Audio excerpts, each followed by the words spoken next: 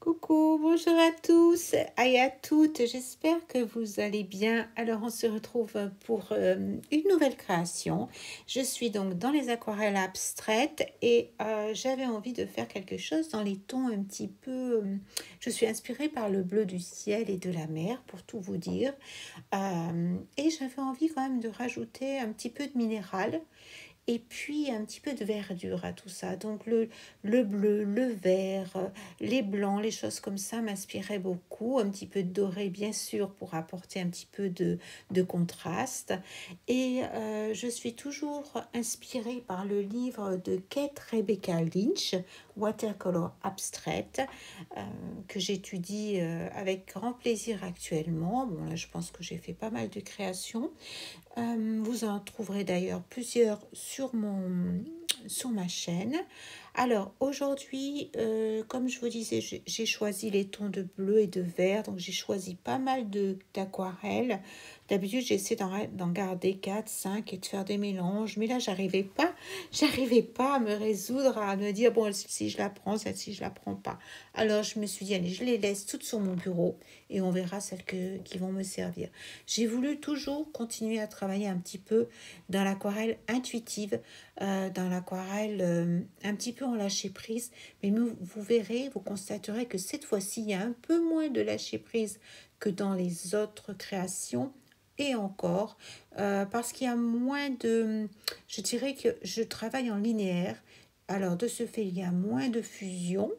Et comme je travaille morceau par morceau et je travaille dans le mouillé, je vais pouvoir gérer les mélanges, je vais pouvoir gérer mon apport d'eau et les pigments que je vais donc pouvoir mélanger ou ajouter. Voilà, c'est ce que je vais vous montrer dans cette création qui est un petit peu différente des autres de ce fait parce qu'on gère un petit peu plus avec un peu moins de fusion. C'est une autre façon de travailler que j'ai aussi appréciée. Ça m'a permis de comprendre d'autres choses. Toutes ces créations permettent en fait de nous affûter dans notre geste malgré tout et toujours dans ce dosage de l'eau. Et en même temps, on se fait plaisir parce que rien de mieux que de s'exercer à mélanger des pigments pour voir un petit peu ce qui se passe. Et avec l'eau, quand l'eau et le pigment euh, s'accordent, se mélangent ou s'opposent, hein, suivant les pigments. Voilà, donc pour en revenir aux pigments, aux couleurs, je suis avec les Winsor et Newton. Je vais tout vous mettre en barre de description, ce que j'ai pris au niveau de mon matériel. Je vais vous mettre les couleurs que j'ai choisies. J'ai commencé à mouiller une partie de mon papier. Alors, vous le constatez, je vais travailler, je dirais, par scène. On peut dire par scène ou par morceau, ce sera plus simple. Alors j'ai commencé la première partie par délimiter un morceau, donc le haut de mon papier.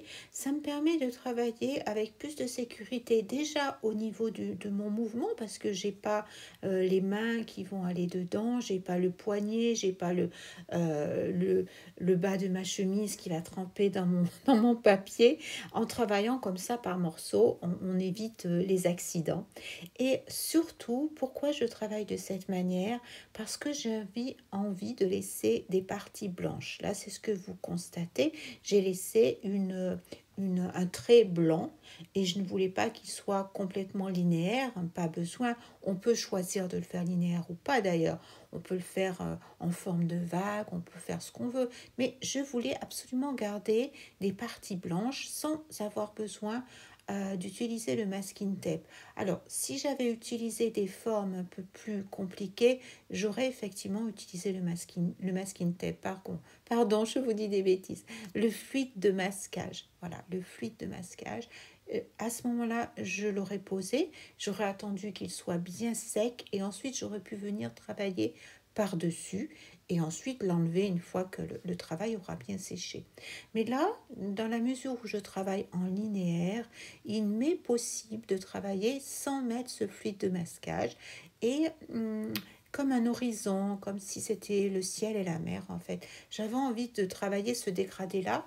Alors, je suis toujours inspirée par le livre de Kate Rebecca Lynch, mais après, vous savez comment ça se passe quand on est dans la création.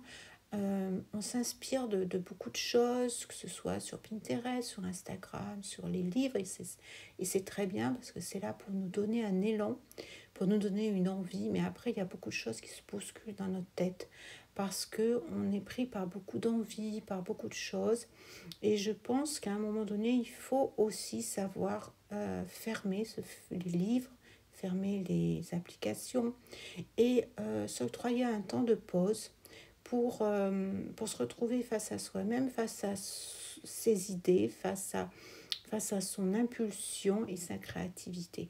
Et de toute façon, à un moment donné, c'est ce qui va se passer parce que si on part surtout avec l'aquarelle, on ne peut pas tout maîtriser. De ce fait, automatiquement, il y a des fusions qui vont se faire qu'on n'avait pas prévues et des couleurs qu'on n'avait pas imaginées qui vont arriver. Voilà. Et des petits accidents également qui seront aussi la bienvenue. Ça, je vous ai déjà un petit peu expliqué dans mes précédentes vidéos que pour moi, ces petits accidents dans la coloration abstraite, dans la peinture abstraite à l'aquarelle, étaient bienvenus. Alors, je travaille donc par secteur, par morceau, on va dire. Pendant qu'une partie sèche, ça me permet de travailler l'autre partie. Et ça me permet, comme je vous l'ai dit, d'avoir des parties blanches. Alors, je vous conseille, concernant les parties blanches, alors, je vous ai parlé des parties qui restent totalement. Il suffit de ne pas mettre d'eau pour délimiter une partie. On pose de l'eau propre et ensuite, alors pour cela d'ailleurs, tant que j'y suis, j'ai utilisé un spelter. C'est le spelter Escoda numéro 9 qui vient du kit de Marie Bourdon. C'est toujours le même que j'utilise. Bon, vous prenez un pinceau plat, vous prenez ce que vous avez bien entendu, vous mouillez votre papier. Alors, prenez plutôt un 300 grammes. Et puis, si vous avez un papier en coton, ce sera plus facile, c'est sûr, parce que le coton va rester plus longtemps mouillé qu'un papier en cellulose. Vous arriverez à le faire, mais ce sera beaucoup plus difficile parce que plus difficile, c'est pas le mot. Parce que là, on n'est pas dans une création, on est dans l'abstrait, donc tout est bienvenu. Mais disons qu'avec le 100% coton, vous allez pouvoir faire des retraits, ce que j'ai fait tout à l'heure, ou faire des rajouts, des mélanges, etc. Vous travaillerez plus longtemps dans l'humide en tout cas, où vous pourrez apporter des changements beaucoup plus longtemps. Alors qu'un papier cellulose, comme on le sait, va sécher plus vite. Et de ce fait, on va avoir moins de temps pour faire des rectifications, je dirais, puisque le coton va quand même, ou le cellulose va sécher davantage, plus vite en tout cas, et ce sera plus difficile d'avoir des belles fusions, par exemple. Bon. Alors ensuite, au niveau des pinceaux, c'est pareil, je vous les mettrai dans ma liste. Je travaille beaucoup avec les Raphaël, j'ai des numéros différents suivant les Raphaël. Ce sont des pinceaux à la vie. Alors à la vie, pourquoi? Parce que vous savez, il y a les petits anneaux autour. Ça nous permet de garder davantage de l'eau autour du pinceau et d'avoir davantage de pigments également. On travaille plus longtemps en fait. Et je travaille avec l'Escoda également, vous m'avez vu. J'ai eu au départ pas mal de fois l'Escoda et c'était le numéro 14. Alors c'est un pinceau qui est un petit peu plus nerveux, un peu plus raide que les autres, mais je l'aime bien, je trouve très agréable. Alors ça, les histoires de matériel, vous savez, c'est toujours, il faut regarder le rapport qualité-prix et puis après, il faut s'adapter au matériel que l'on a. Voilà. Donc, ça, c'est une histoire, il existe beaucoup de matériel, c'est une histoire de choix aussi. Voilà. Donc après, voilà, vous voyez justement, là j'ai l'Escoda dont je vous parlais, qui est un petit peu un pinceau, oui, un petit peu nerveux, c'est bien le mot, il a du répondant, comme on dit. Et je l'aime bien quand je viens comme ça, travailler cette fois-ci sec sur le mouillé. J'ai attendu que mon papier soit sec et je suis venue donc rajouter. Alors, il y a des endroits où je remouille, je fais comme un lavis. Je dilue mes couleurs, je les mélange pour obtenir la couleur qui me plaît et je viens, alors, soit je dilue mes couleurs et je viens remettre un lavis par-dessus, mais je ne le mets pas partout pour garder des nuances. Par exemple, dans la partie qui est bleue, je vais garder un quart de bleu et je vais juste rajouter mon mélange bleu-vert sur l'autre partie, vous voyez, pour justement garder ces nuances.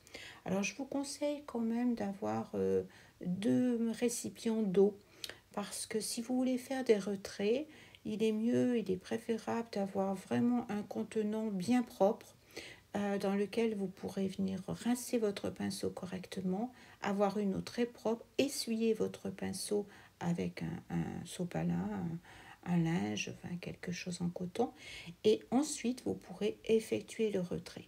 Alors, si vous avez votre aquarelle qui a commencé un petit peu le pigment a commencé à rentrer dans le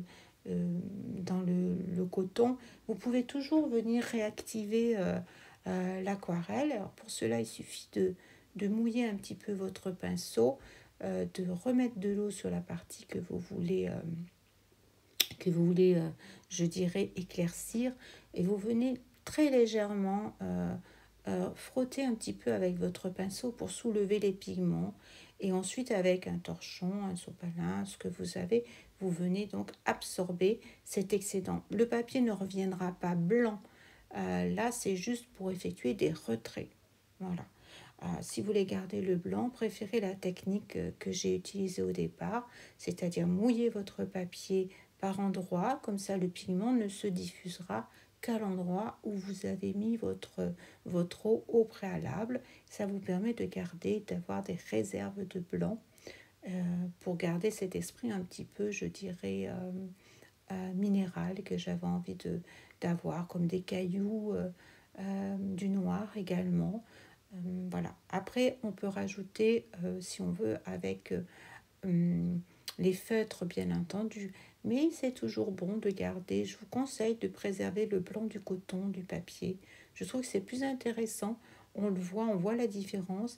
Et ça permet ensuite, avec des feutres liner, avec des Posca, avec différents médiums, pouvoir rajouter un travail par-dessus, pardon, et de garder le contraste du papier blanc. Et le blanc, je trouve, apporte aussi un petit peu d'apaisement dans une composition.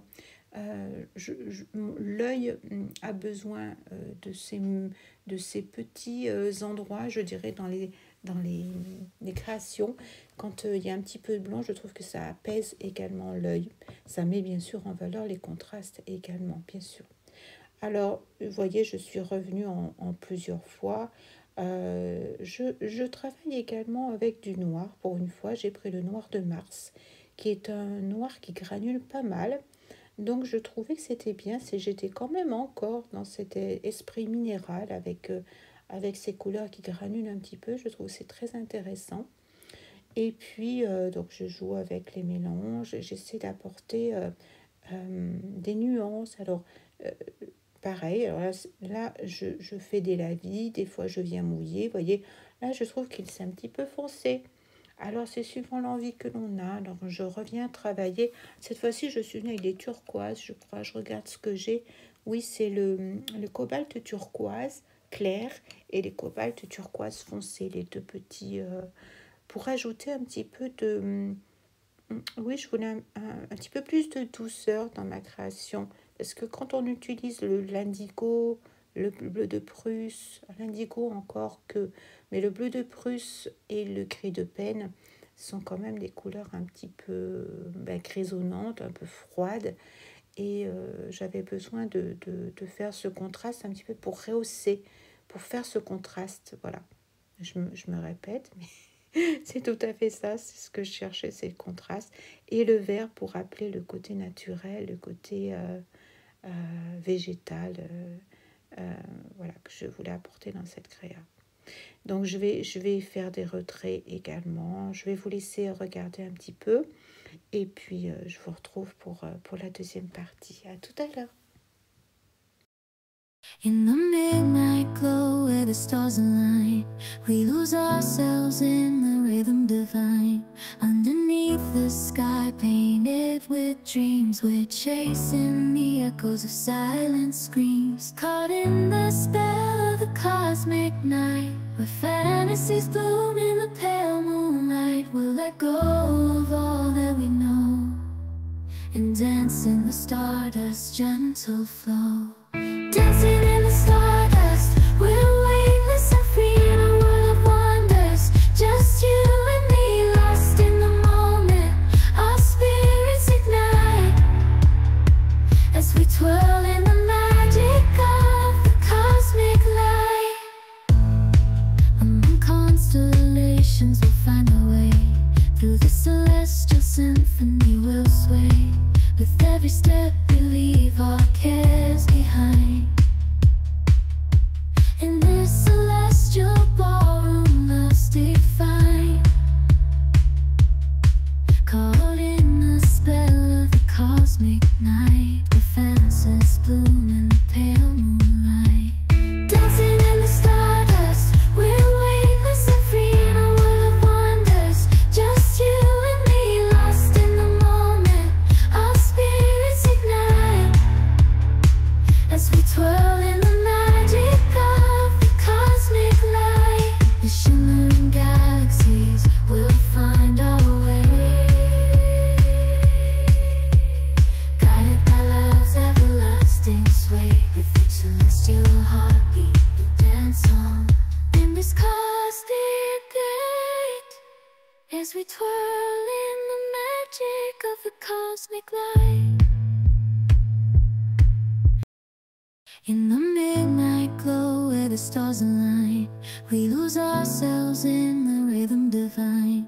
Underneath the sky painted with dreams, we're chasing the echoes of silent screams. Caught in the spell of the cosmic night, where fantasies bloom in the pale moonlight. We'll let go of all that we know and dance in the stardust's gentle flow. Dancing in the stardust, we're weightless and free in a world of wonders. Just you and me, lost in the moment.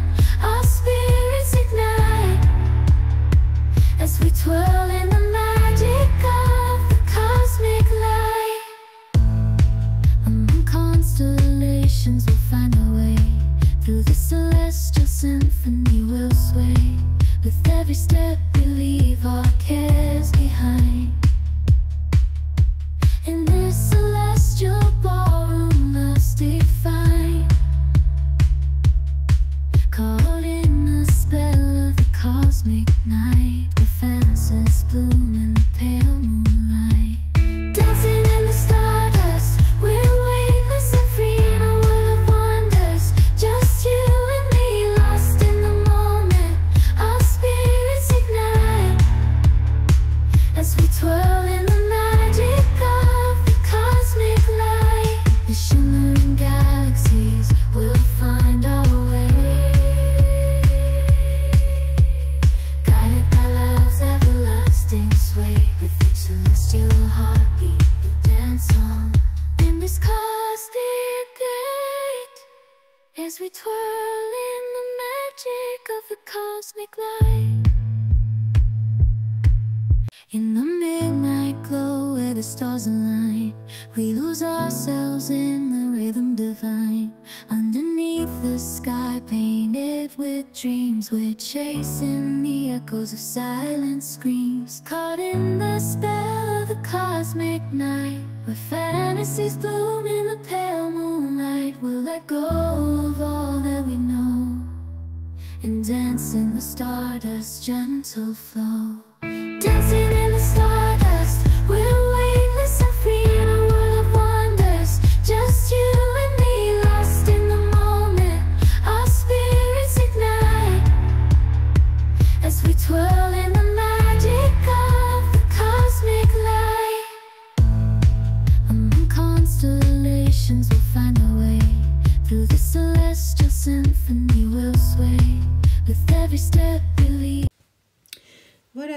avez vu tout le procédé. Alors, il n'y a rien comme j'aime à dire, rien de très extraordinaire. Je suppose que vous regarderez, ça vous donnera, j'espère, envie de le faire. Alors, dans cette, je dirais, troisième partie et dernière partie, c'est celle où j'utilise les Posca, les fileliners. Je vous remettrai également le matériel que j'ai utilisé. C'est sensiblement toujours le même. Il n'y a qu'une seule chose qui est différente cette fois-ci, c'est que j'ai pas utilisé le... Vous savez, habituellement, j'utilise le Winsor & Newton en doré. C'est de l'encre qui est déjà, je dirais, on n'a pas besoin de rajouter de l'eau. Il suffit de mélanger pour obtenir le doré. J'ai juste cette fois-ci utilisé pour changer je recherche le nom exact, c'est l'Aqua Bronze, c'est le Rich Gold de chez Schmincke. Voilà, et celui-ci on le dilue. Vous l'avez vu à l'écran, on le dilue dans un petit peu d'eau. Il ne faut pas en mettre beaucoup. Plus on met d'eau, moins il va être concentré. Donc il faut mettre pas trop d'eau et puis bien mélanger à attendre d'avoir une bonne pâte bien diluée pour pour chercher la couleur, si vous voulez une couleur intense. Voilà. Et j'ai également utilisé des Posca dorés. Je vous laisserai en barre de description tout le matériel. Donc je vous laisse regarder un petit peu la fin de la création. Je vous montre un petit peu ce que ça donne. Je trouve très joli, je suis ravie. Ça change un petit peu de ce que j'avais fait auparavant. Ça me permet encore d'exploiter d'autres choses, de faire des choses encore un petit peu différentes. Et puis, je vous laisse regarder et je vais vous souhaiter une très bonne fin de journée. Prenez soin de vous, surtout, et de vos proches. Et puis, je vous embrasse bien fort et je vous dis à très vite. Au revoir, bye bye.